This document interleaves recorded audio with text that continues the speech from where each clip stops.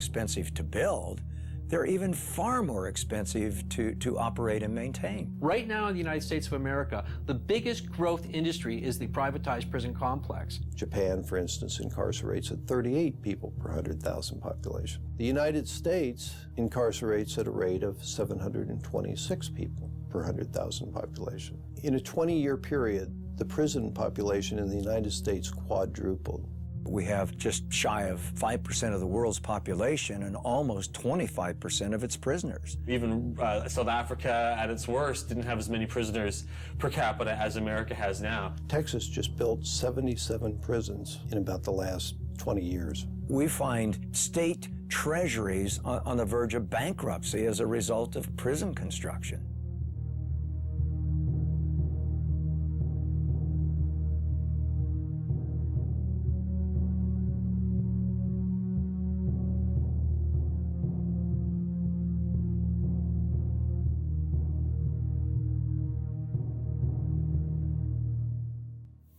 Some think there won't be room for them in jail. We'll make room. We're almost doubling prison space. Some think there aren't enough prosecutors. We'll hire them, with the largest increase in federal prosecutors in history. In the late 80s, there were about 5 privately run prisons in the United States. By 2005, that number had reached over 260. As soon as you've accumulated a certain amount of capital from building prisons, you can start investing that in ensuring job security, ensuring there'll always be more prisoners around to require more prisons. We have private prisons? What the fuck is that? How did that happen? How can you profit over people going to jail? That's scary. That's a bad, bad sign. Our society is in deep, deep, deep trouble if nobody's looking into that. Correctional guard unions have become powerful lobbying groups, pushing for longer sentences on less serious crimes. California's has become one of the most powerful in the state. The California Department of Corrections budget rose from $923 million in 1985 to $5.7 billion in 2004. Between 1977 and 1999, overall local and state spending on corrections across the country grew 946%, almost 2.5 times the rate in which spending on education increased. And prisons aren't the only thing money is being spent on. There are millions of drug tests per year. There's money to be made on that. It's huge. It started off with people saying, we really need to test people in dangerous occupations. Things like police officers should be tested, pilots in airplanes. Then somebody said, well, our athletes, we should probably test them for drugs too. Then somebody came along and said, well, it's not just the professional athletes. How about the athletes in colleges and high schools? They need to be tested too. And then they thought a little harder and they said, well, suppose we just test everybody that goes out for an extracurricular activity. That should be constitutional because they don't have to do that, you know. So now if you want to join the chess club at school or the French club, you got to pee in a bottle. Now they're pushing to make laws to test all children in school. All the studies show this doesn't have anything to do with whether kids use drugs or not. So it looks to me like this has a lot more to do with the money that's being made for drug testing. Can you imagine how much money will be involved if we can randomly test every child in school? A lot of these places that have been urine testing have refused to continue to do it because the only thing that these urine tests are finding is marijuana. The other drugs that people take dissipate from their systems fast enough to not be found. If they smoke a marijuana cigarette, 28 days later, if they pee in a bottle, they're going to show that they've had a drug. But if they use a hard drug, heroin, cocaine, methamphetamine, in a long weekend, nobody can tell that they've used that drug. So what does that say to our young people? It says, if you don't want to get caught, don't use the soft drugs, use the hard drugs. It's not just urine anymore, it's hair and saliva. They'll do blood testing. There's industry there. This is money. They're not doing it for free.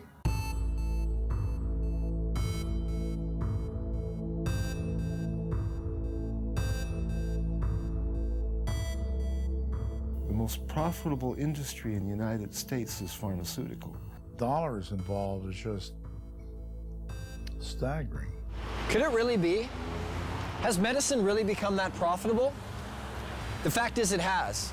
In 2005, U.S. prescription drug sales rose 5.4% to $251 billion, and global pharmaceutical sales rose 7% to $602 billion. Now, why would pharmaceuticals be threatened by a plant? The answer may be as simple as one word: natural. Because a significant amount of research to date has confirmed or suggested that marijuana in its natural state is still the most effective form. Can you imagine a world where you or I wouldn't have to pay for certain medicines? After dealing with about 10,000 patients over the last 15 years, I would say that over 200 different medical conditions respond favorably to cannabis. It appears to have benefits that we never ever knew about. Glaucoma, epilepsy, muscular dystrophy, arthritis, multiple sclerosis, wasting syndrome, nausea, chronic pain, depression, anxiety, hepatitis C, cancer, chemo, AIDS patients. Is there a product out there today that provides as many medical benefits as cannabis? No. It remains an unutilized major resource. The way to riches in the pharmaceutical industry is to have a drug which can be patented. Cannabis is problematic right from the start because it's a multi-molecule drug. In 1930, it wasn't possible to patent plants. And that's the reason that pharma never picked up on this, because by synthesizing and owning compounds, that's where the profit motive comes into the pharmaceutical industry. The patent in the United States lasts for 20 years. Well, you can charge whatever you want at that time, and that's where you make the killing. There's no money to be made off natural plants. If you can use a natural medicine that you can grow in your own home, which costs pennies to use, you're going to do that. You need water and dirt. Not only that, you have that plant forever. Prime motivation behind any drug company is to make money, and as much money as possible. They're corporations, and corporations, everybody knows, it's like that diffusion of responsibility thing. There's so many people working for corporations that they lose their humanity. So those are potential customers for these pharmaceutical companies that are not there if they're using a natural plant. It's unlimited. You grow more, you get more medicine. Pharmaceutical companies don't want you growing your own medicine. The government supported a small drug company by the name of Unimed to take a synthetic THC, tetrahydrocannabinol, and to put it into capsules to be used as an oral medicine. This became Marinol. This THC in Marinol is exactly the same 21 carbon molecule that's in herbal marijuana. But it's not the same as medical marijuana. It's not a crude mixture of things, and there's no guarantee that you get the same results. You can make a synthetic delta-9 tetrahydrocannabinol in a test tube. It'll have exactly the same number of atoms and the same arrangement. But how in the test tube can you put the electron spins together, the subatomic quirks and quarks, if you like, of that compound in the same way that a biological enzyme system will put it together?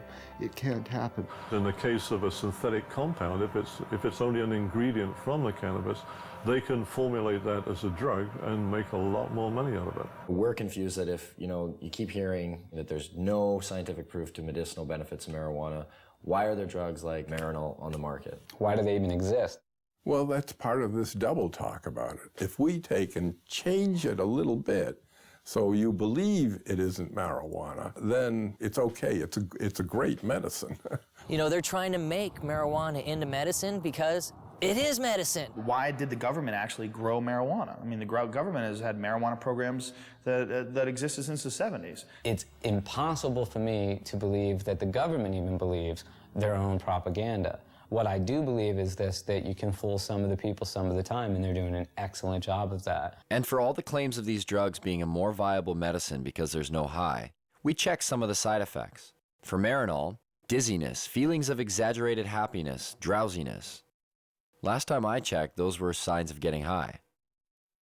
If it is indeed side effects of marijuana that are preventing the pharmaceutical world from accepting marijuana as a viable medicine, then they better start paying more attention to the products they've been marketing for years.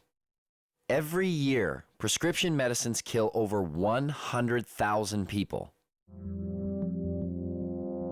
The pharmaceutical industry has been excellent at convincing the public that they need their potions.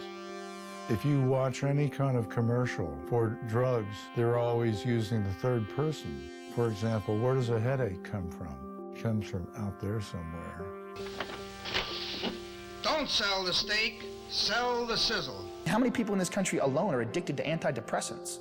How many people who are on antidepressants really have imbalances, and how many of them just got off of a bad relationship and they're depressed?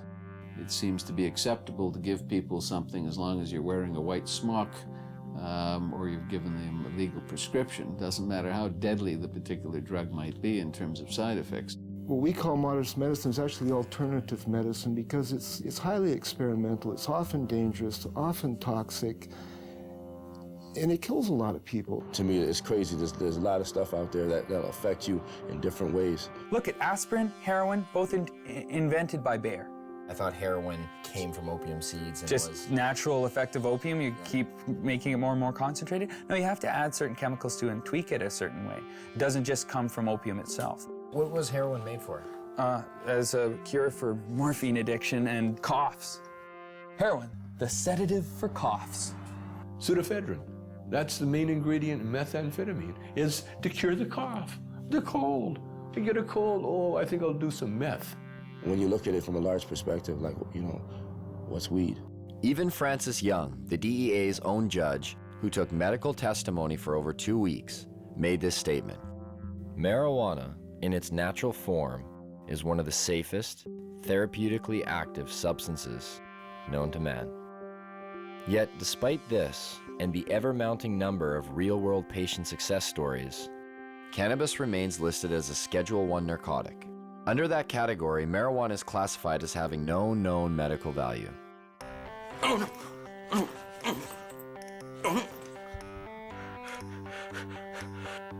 I have multiple sclerosis.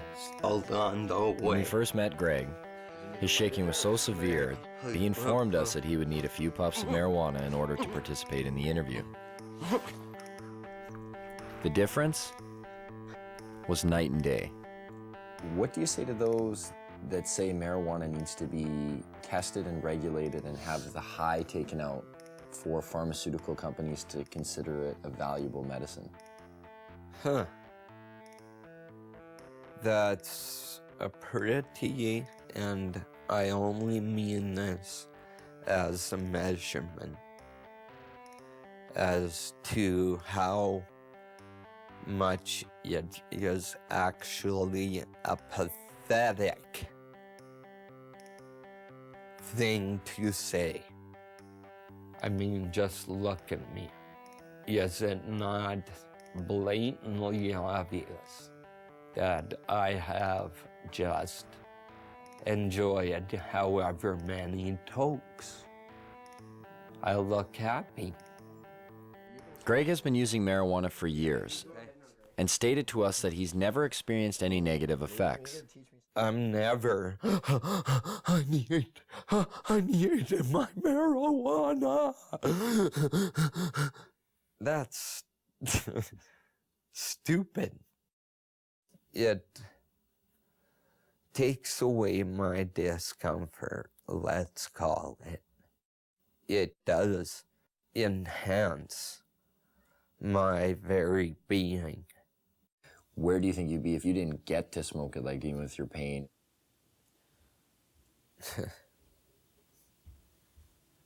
I would have found a way. How does the training and education of medical doctors today work against the acceptance of prescribing marijuana as medicine? Well, it works against them because they're brought right from the beginning, right into the fold of the pharmaceutical industry.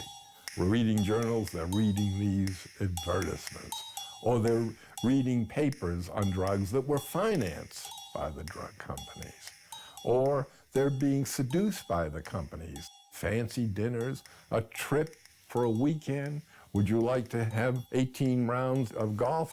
And some of them get outright money from the drug companies. I've met doctors who said when they first came out of medical school, they didn't know what to do. It was really overwhelming. They had live patients in front of them who needed help. They were very happy to have representatives tell them what medicines would be best for their patients. So doctors have a bias toward the products of pharmaceutical industries. They do not readily accept the idea that a simple plant or herb may be useful. I don't know if they think it's hocus pocus. I just think they don't feel that there's the kind of testing that they're used to. And that's the problem we have. What I try to impress upon these people is we're trying to put the science into it, and yet some people are very resistant to even attempts to do that. All of the funding is coming directly or indirectly from the drug companies, and these people, obviously, for obvious reasons, are determining the agendas. Now think of the lobbying potential behind the most profitable industry in the United States. Think of the power. And do they get their way? Why can't we explore its medicinal potential? Why can't we use it to make more products? To myself and people involved in this business, it stopped making sense a long time ago. The common response is really the medical marijuana is a stalking horse for legalizing it. And so what? What do they want? We should be making use of this plant. And really, that's all I can say. The restriction, the prohibition is all, in my mind, just stupidity. And I don't condone stupidity. And that's a problem. How do politicians, after years of promoting claims of marijuana's harms, pushing for larger drug war budgets, constructing political platforms based on a stance that vilifies marijuana, and being lobbied by big business, how do these same politicians now reverse their stance? What politician can come before their constituents today and say marijuana should be decriminalized when yesterday they said it was evil and dangerous? Their constituents are going to want to know why you changed your mind. Were you lying to us or were you stupid? Either way, you're not getting elected next time. Whoops, we made a mistake. You 17 million people should not have been arrested. Some of you jailed, some of you fined, some of you lost the handle on your career. One way to bypass this problem in the face of ever-growing empirical evidence is to divert attention. Add a word: medicinal. Put the word medicinal in front of marijuana, and you are now talking about something completely different if you're a politician. Why is there a perception that healthy people are affected differently and unable to fend off the detrimental consequences, whereas a person with a lowered immune system or terminal illness seems to experience none of these effects? Some people go home at the end of the day and they drink to kind of wash away the day, you know, just like, that was a hard day, I need a few drinks, relax, kick back. So is that relieving pain? Maybe. Or is it pursuing pleasure? I don't know. So if you think about this in the context of cannabis, it also has relevance. The government's a lot more likely to forgive cannabis use if it's for relief from pain. If it's in pursuit of pleasure, that's a problem. And I think that points to something about our culture that's a little bit odd. What works for one doesn't necessarily work for another. The father-son confrontation. Mom smokes like a chimney. And you have a drink every day and smoke too. It's not the same. Why not? You can get cancer. Your liver can rot away. They believe today, and I'm disappointed in the media, that it hasn't brought this information, this new information to the people of this country more than it has. They believe that marijuana could well turn out to be the most dangerous drug that is in use in our country today. If you're a politician, you can get elected on a get tough on crime platform. We're gonna lock up all the marijuana cultivators for a long time because you're preying on the fears of the public. Spokesmen for giant special interest groups, whether those special interest groups be law enforcement, or whether they're private prisons, or whether they're pharmaceutical companies, or whether they're oil companies. We have spokesmen for gigantic corporations that are trying to calm us and get us to press the right button in the voting booth. Everybody that gets in has their own agenda. They're beholden to their own lobbyists, so they don't go in and check the work of anybody before them. That's not their job, because God forbid somebody come in there and check what they do afterwards. I understand why politicians may be reluctant to act on their principles, but our politicians need to read their own polls, because this is one of those cases, and it happens a lot in life, where the people are ahead of their leaders. Hempfest, the largest event for cannabis in the world, a showcase of modern-day hemp. Sure, they used this stuff 70 years ago, but what good is hemp in a world like today? A world that appears to have everything it needs. It opens a whole new market. It opens a whole new market on every level. You can harvest off the seeds, you can harvest out the inner pulp and the long stem fibers. The fiber itself is the strongest natural fiber in the world. All the clothes I'm wearing today for this interview are hemp. All the clothes I actually always wear are made out of hemp. Been so since probably '94 when I realized I could buy clothes made out of organic fibers that lasted longer than cotton. You can eat hemp seeds, and it contains all the essential amino acids and fatty acids. It makes fuel. You can make biodiesel out of it. Hemp is an excellent source for biofuel. When you grow hemp for fuel, every crop unleashes a huge amount of oxygen into the environment. And in fact, the same amount of oxygen that you lose when you burn it off, you gain back. So it's a closed cycle, ending the greenhouse effect. There are so many hundreds of strains of industrial hemp that you can grow hemp almost anywhere in the world. Not everywhere in the world, but almost everywhere in the world. So just that alone makes it a resource for fuel. That is the solution, is to stop using fossil fuels and nuclear energy. Stop using them entirely, and using wind and wave and sun more, and these biofuels. People will get it, especially as the gas prices go up. It's the highest quality paper there is. I mean, it's archival quality. The words tree-free paper don't make sense to people. Hemp paper that you find in the museums that are hundreds of years old haven't even yellowed. To supplement the wood, we could solve the deforestation problem. Why isn't it cost effective to use hemp versus the forest industry right now? The simple answer is because you can't grow the hemp in the United States. As far as human beings are concerned, it's probably one of the most useful plants ever, if not the most useful plant ever, and it's illegal. Industrial hemp is not a drug, though it is of the same species as marijuana. It is a completely different variety of plant, similar to comparing a Chihuahua with a St. Bernard. You can't get high from industrial hemp, but you can get high from marijuana. This is the only industrialized country in the world that doesn't grow industrial hemp.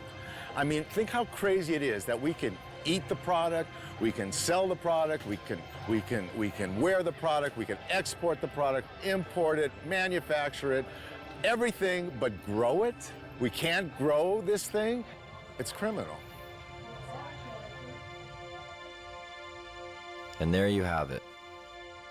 After 2 years of research, our quest for answers has only left us with more questions. And the only thing that really seems to make sense is that none of it makes any sense. It's a weird thing that you do when you make nature against the law. We're worried about things going extinct, and yet the policy on the most useful plants in the world is that they should all be eliminated and driven to extinction. Absolutely, they should still be concerned about youngsters using. But we're concerned about youngsters using alcohol, tobacco, driving automobile, whatever. But that it should be the kind of prohibition that it is now, rather than regulation, it cannot be sustained in a rational society. I believe it would be more ignorant of me to listen to somebody who's trying to oppress me than it would be to just ignore the ignorant and go on with what I think is right. Even now, this interview is being conducted. I've smoked pot all morning. This is what I look like high. There's a great quote that life is a tragedy to those who feel and a comedy to those who think. And if you are a thinker and you look at the marijuana situation and you're not laughing, you're fucking dumb. Do you think marijuana will ever be legalized in Canada or the United States? Yes. I don't know about the United States, but it will be legalized in Canada. I won't be alive to see it. I used to believe it was right around the corner back in the 1970s. Check out the gray hair. I confess to being 61. I believe it will happen. I didn't used to. As recently as 2 or 3 years ago, I was convinced it was not going to happen in my lifetime. I wish you didn't ask me that question, But I would say, I think it will be. It's always a possibility. It's, you know, there can be breakthroughs to reason. All we have to do to end it is get 50% of Congress plus one human being to say it's over, and it's over. There's a movement in this country, and some people have more faith in it than I do. Maybe from hosting Fear Factor all those years, I've lost my faith in human beings and their intelligence. I think it's inevitable. I believe that the truth will set us free, and I think the truth is infectious, and I think that while cannabis per se is not addictive, learning about it quickly becomes. When I published Marijuana Reconsidered, I, in the last chapter, predicted that once people understood these things about marijuana, the prohibition would be gone. It would be gone in 10 years.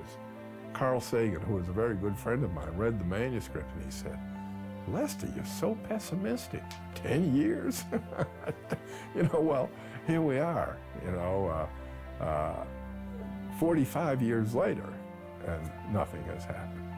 Nonetheless, it can't help but happen. I mean, you can't sustain a lie like that forever.